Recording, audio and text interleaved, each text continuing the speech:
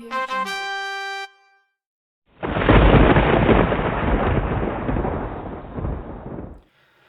everyone, it's Dave here at bluebearsgames, and today we're doing another episode of Unboxed.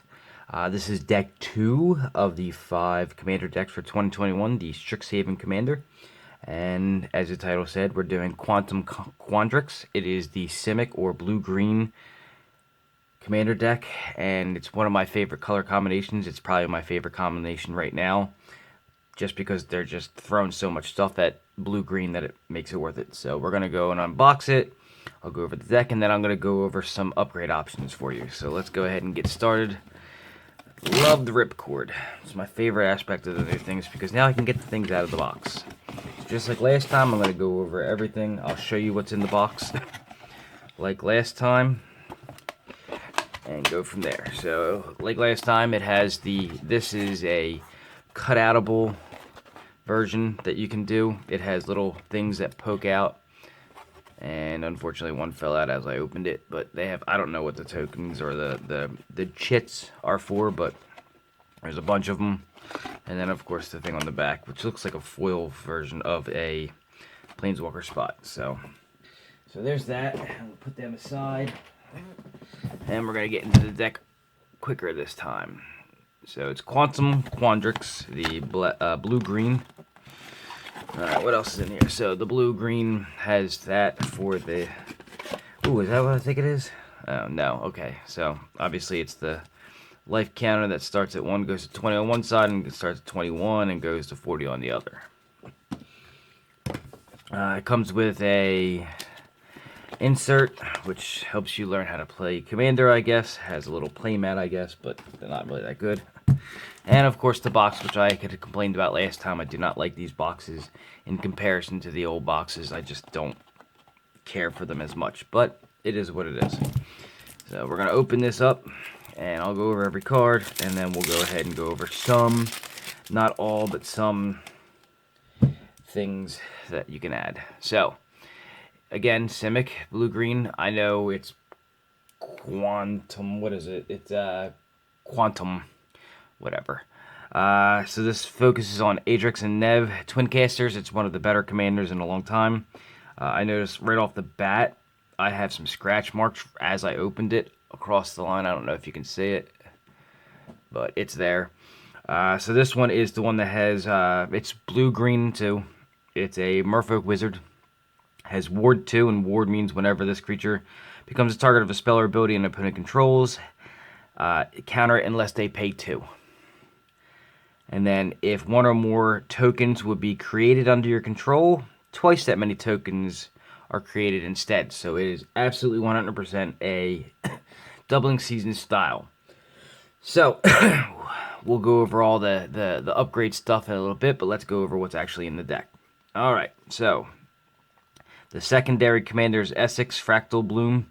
It's a blue, green, and 4. It's a 4/4. It's fractal with flying. The first time you would create one or more tokens during each of your turns, you may instead choose a creature other than Essex Fractal Bloom and create that many tokens that are copies of that creature. So if you create a token of something, you can make it create something other than this that's on the board.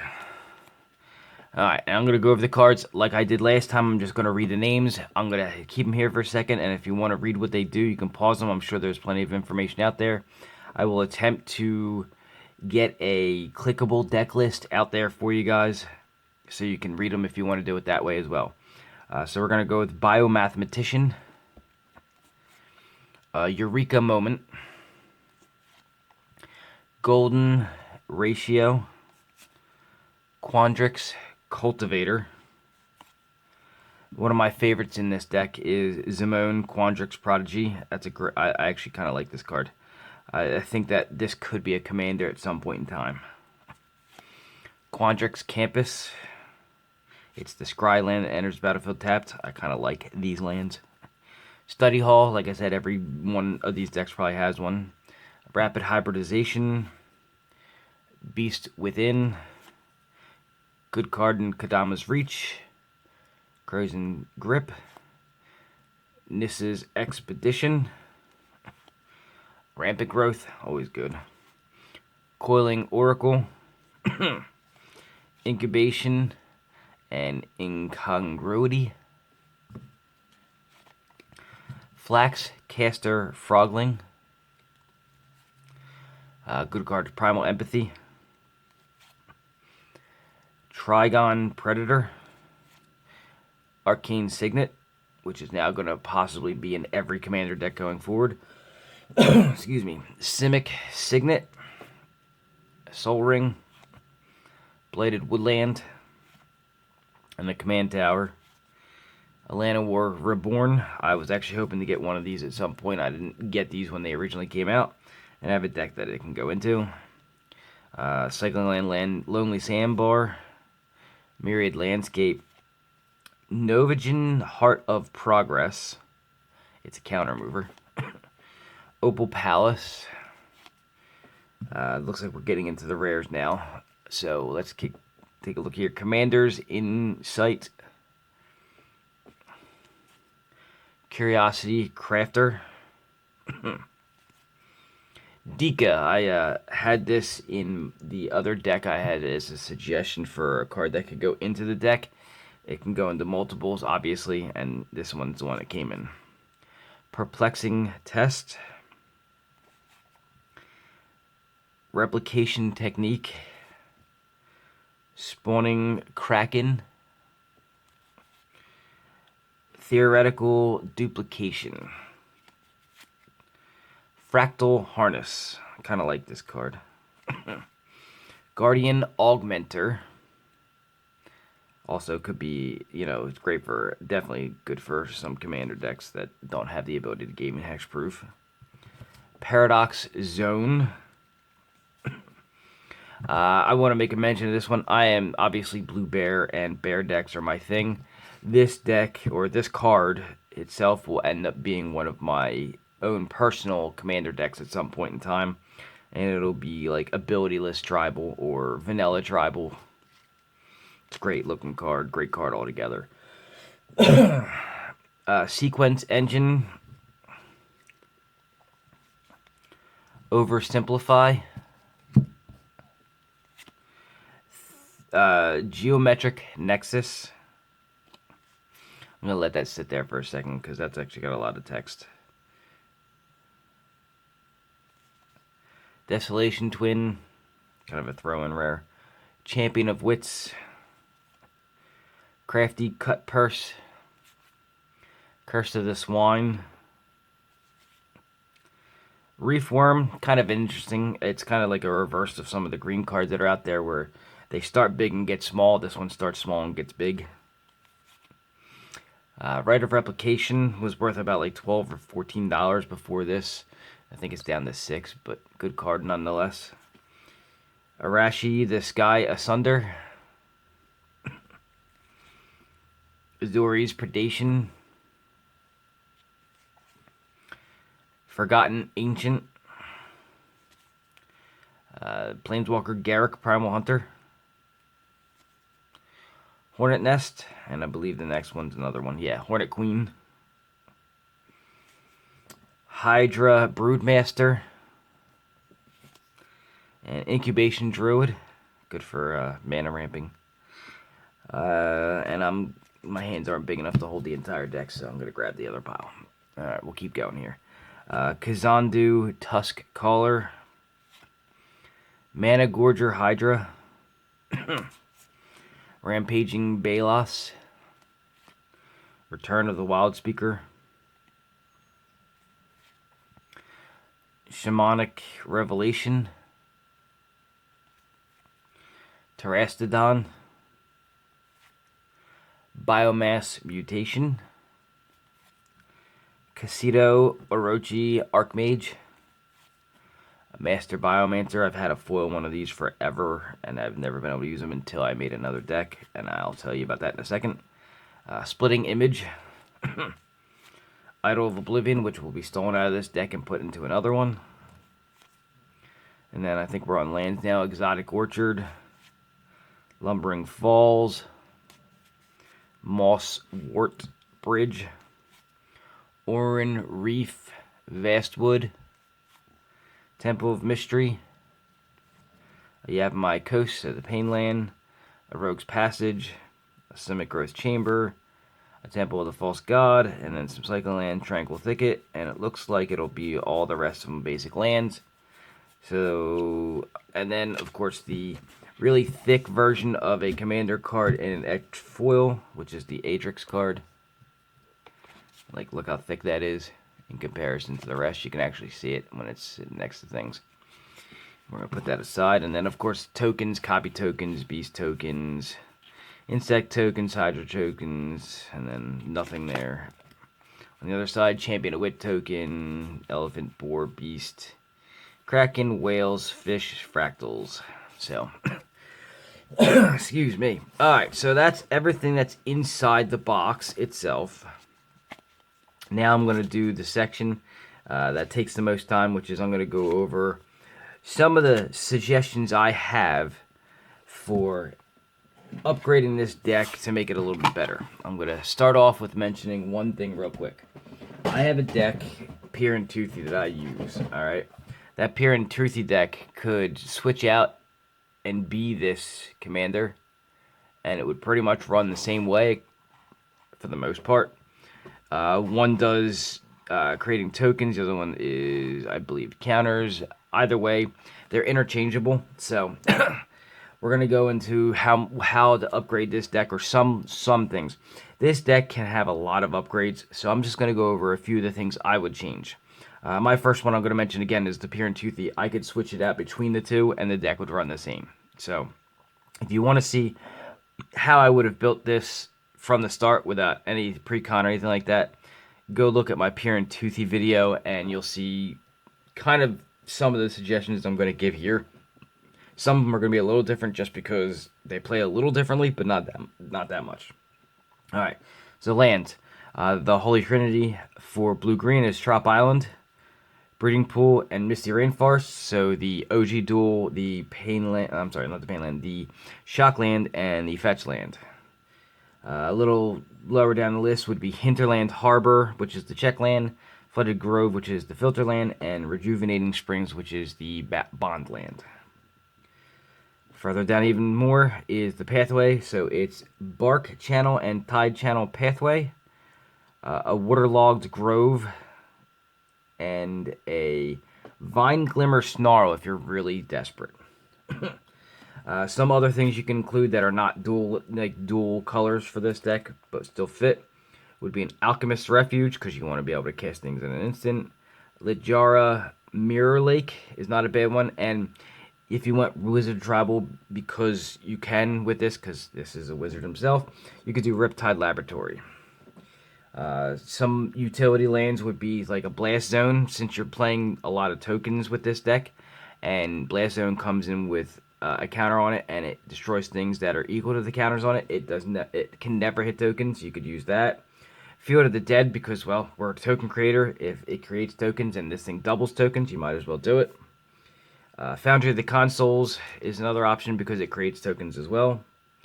Mirror Pool, because it copies spells and it can create a token. Spawning Bed creates Eldrazi tokens. And Springjack Pasture, because who doesn't want to make a lot of goats? Alright, so those are some land options that you can choose. There are more. That's just some of the ones I would choose. For ramp, the ramp section's actually great for this. We're in green, so anytime you're playing a green deck, you've got options of galore.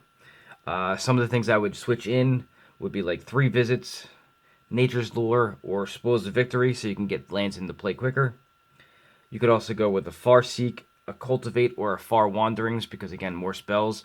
You don't have to go the Mana Rock route, but if you wanted to, you could go expensive and you can put a Mana Crypt in here, a Jeweled Lotus if you'd like, or a Mox Diamond, but that's just really expensive, and in green you can already ramp, so why?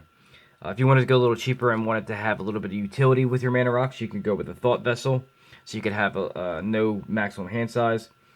Fractured Power Stone, just because it's 2 to cast and doesn't come into play tapped. And again, a Fell War Stone, like I suggested before, it comes into play untapped, and then it taps for something that your opponent controls, so it's not that bad. So that's the ramp section. You can do it any way you want. Those are just some suggestions. As far as creatures go, so this is one of the broadest sections for this, just because the color combination and what the commander does. The two colors do have a lot of stuff that they can do with that. I'm just going to give you a small overview. So, everybody likes to use Avenger of Zendikar when it comes to token making. It probably produces some of the most tokens you can in one shot. You could go a little ooze tribal if you wanted, and go biogenic ooze and blow waste blob. A little different. It would make you a little bit more unique in your choices, just because I don't think there are a lot of people out there doing ooze tribal. You could do bramble sovereign because its activated ability is to create a token copy. You could do squirrel tokens with deep forest hermit and deranged hermit. It's an option. There's another one out there. I forget what the other one's called off the top of my head, but there is another one that does what these do. I think it's the one that morphs, and when it turns over, creates fort squirrels. You could do wizard tribal again, Dawson of Perfection. You could do Elder Gargoth, or everybody's new favorite commander lately is Koma, the Cosmos Serpent. Good, since it creates so many tokens, and this would double it. So that's an option. You could do Progenitor Mimic because every turn he creates a new token. Scoot Swarm, since that's one of the bigger crazes in Standard right now. You could make as many Scoot Swarms as you've ever seen. Or Spawn Wraith because it duplicates itself constantly. And the list goes on and on. I mean, there are so many different ways you could do it. You could do different tribes that do token creation as well. There's elves that do token creation. There's fungus that makes sapperlings, and that's a whole different ball game altogether. That's like a slime foot thing, but unfortunately that's black-green. You've got Thopters because you have those guys that come into play and create Thopter tokens for you. So whatever direction you want to go, and you can just use the MTG Familiar app. That's what I use, or whatever you use to look up cards and how they do things. And if you don't have any and you want to know some options, just send me a message and I will give you the options based on what you have available to you to do it with. Because anybody who has an iPhone cannot use MTG Familiar. Anybody who has an Android can. So just keep that in mind. Alright, so utility artifacts time. I'm doing permanents first. I'm not doing spells. Normally I do spells and then utility artifacts, but I wanted to get the permanents out of the way first, or at least the artifact section, because there's a couple of different ways you can go about it. So I understand that Helm of the Host is used in every deck and it would work, but it really works in this deck. So just keep that in mind. Helm of the Host is probably going to outperform anything else you can put in this deck. Just like my Pir Toothy deck. If I had an extra one, it would have been an auto include. You can also do a Mimic Vat or a Mirror Matrix. Both of them have the ability to create tokens and take advantage of the ability. A card that I've been wanting for a while for Pir Toothy and just in general is Orochi Hatchery to create snake tokens constantly. Retrofitter Foundry, you can obviously go infinite with that if you have the right tools. And Tempting Contract is another option you can go with. Lithoform Engine is, one of those things where it can copy spells, and those spells could be creating tokens, or you could copy the actual tokens of the creatures. There's a lot of ways you can go with that. And if you want to protect your commander, you can go with Swiftfoot Boots. I prefer Swiftfoot Boots over a lot of things because I like to be able to target my own without having to take it off, equipment off, and put it on. A lot of people like the other one. I believe it's Lightning Greaves. I prefer Boots. And then God's Pharaoh's Gift. So anything that did die, you can create a token of, and then most of the time, it depends on how it works, depends on what you used. If they come into play and create tokens, well then you have the token that comes into play with God's Pharaoh's Gift, along with the tokens they create, creating so many tokens, it's ridiculous. So that's an option you can go with as well. Alright. Spells. Let's go with spells. Double Major came out in Strixhaven. Absolutely wonderful in this deck. Curious Herd, another option. I believe that creates a lot of elephant tokens. For defense, you can go with Cyclonic Rift. For tutoring, we're in blue-green, so Worldly Tutor, Mystical Tutor, and Merchant Scroll, all good options. Merchant Scroll would go and get you a specific spell you need for the time being. I believe Merchant Scroll only goes and gets a blue instant or sorcery, or blue instant or sorcery, I don't remember. I'll have it up here on the screen for you. You could do Body of Research, newer card. Tempt with Reflection, or even Clone Legion. They're good options for token creation. And as you can tell, I'm literally going with the theme of token creation. So bear with me on that, because that's one of my things. I love token creation. Defensively, if you wanted to go, since you're in blue, remember, in green the spells would be mana ramp. In blue, they would be counter magic defensively. So I mentioned Cyclonic Rift earlier. Some of the best counter spells out there, since they were both recently reprinted, would be Mana Drain, counter spells, and then Fierce Guardianship. It's not been really recently reprinted. It was just recently printed. It's an expensive option from last year, but it works because it's a free counter spell. There are other counter spells you can go with, and there are other defensive spells, there are offensive spells, there are token creation spells that you can do. There's so many different ways you can go about building it the way you want to. My big thing for, say, Purphoros, which is mono red, is that rather than casting creatures, I want to cast spells that create tokens. You can do the same thing here in the blue-green, but you just have to look up how you want to play it. And again, I'm going to keep sending you back to either MTG Familiar or whatever you use to look up what cards do. I'm going to go into the section that could possibly be the biggest or second biggest option, just because the colors we're in and what this deck does, it has some of the best options for you. These two colors create so many tokens when put together, it's ridiculous. So we're going to start off with the enchantment section here, with a doubling season, a parallel lives, and a branching evolution, because you can combine the +1/+1 counters with the token creation, and they go hand in hand because of how many different doublers there are for green itself. You can also add Primal Vigor, Vorinclex, and then as a nice finisher, put a Helix Pinnacle in. So a lot of doublers. I'm sorry, the Vorinclex was the Monstrous Raider one, not the old one, not OG Vorinclex. And there's just a lot of options on there. Another enchantment that would go great in here because you're in tokens is Growing Rites of Illimac, because it basically flips over into a Guy's Cradle. Cryptolith Rite, because, well, with all those tokens, they can tap for mana. You can just basically go infinite with that. And then my new favorite, card, just because it's so cringy, is Shark Typhoon. Basically Sharknado, because, when you cast an instant, I think it's a non-creature spell. You can make a flying shark, because that makes sense. So, Sharknado, Shark Typhoon, whatever you want to call it. We're in blue, and blue gives you the option for Rhystic Study and Mystic Remora. But we're in green, so you also have the option for card draw with Guardian Project, one of my new personal favorite cards in green, because why would you not love Guardian Project?